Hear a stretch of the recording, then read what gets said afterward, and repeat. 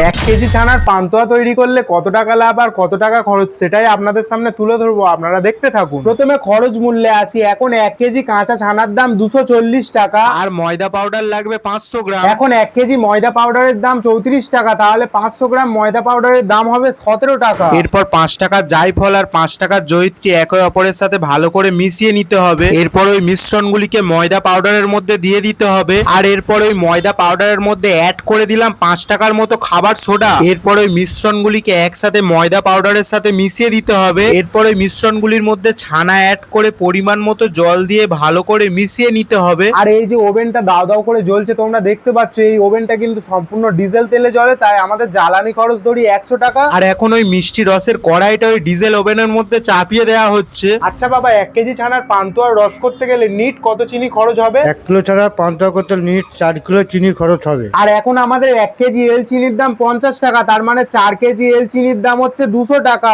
আচ্ছা বাবা, 1 কেজি ছানার পান্তুয়া ভাজতে কত রিফাইন তেল খরচ হয়েছে? 1 কিলো ছাড়া পান্তুয়া ভাজতে গেলে 3 কিলো তেল লাগবে, খরচ হবে 500। এই রিফাইন্ড অয়েলটা কিন্তু ফেসাই লাইসেন্স যুক্ত ভোজন রিফাইন্ড অয়েল। আর এখন 1 লিটার ভোজন রিফাইন্ড অয়েলের দাম 190 টাকা, তার মানে 500 গ্রাম ভোজন রিফাইন্ড অয়েলের দাম 95 টাকা। আর যেহেতু আমার বাবাই সম্পূর্ণ পান্তুয়াটা তৈরি করছেন, তবু আমার বাবার মজুরি খরচ ধরি 200 টাকা। আর তাহলে আমাদের টোটাল খরচ মূল্য হলো 867 টাকা। আর এবার আমরা বিক্রয় মূল্যে আসি। দাদু, কত পিস হয়েছে? 1 কিলো ছানায় 200 পিস পান্তুয়া হচ্ছে। আচ্ছা মা, আমাদের এখন 1 পিস পান্তুয়ার দাম কত? আমাদের এখন 1 পিস পান্তুয়ার দাম 6 টাকা। আর এখন যদি আমাদের 1 পিস পান্তুয়ার দাম 6 টাকা হয়, তার মানে 200 পিস পান্তুয়ার দাম হবে 1200 টাকা। আর এবার তোমরা হিসাব করে কমেন্ট করে জানাও আমি 1 কেজি ছানার পান্তুয়া বিক্রি করে কত টাকা লাভ করলাম।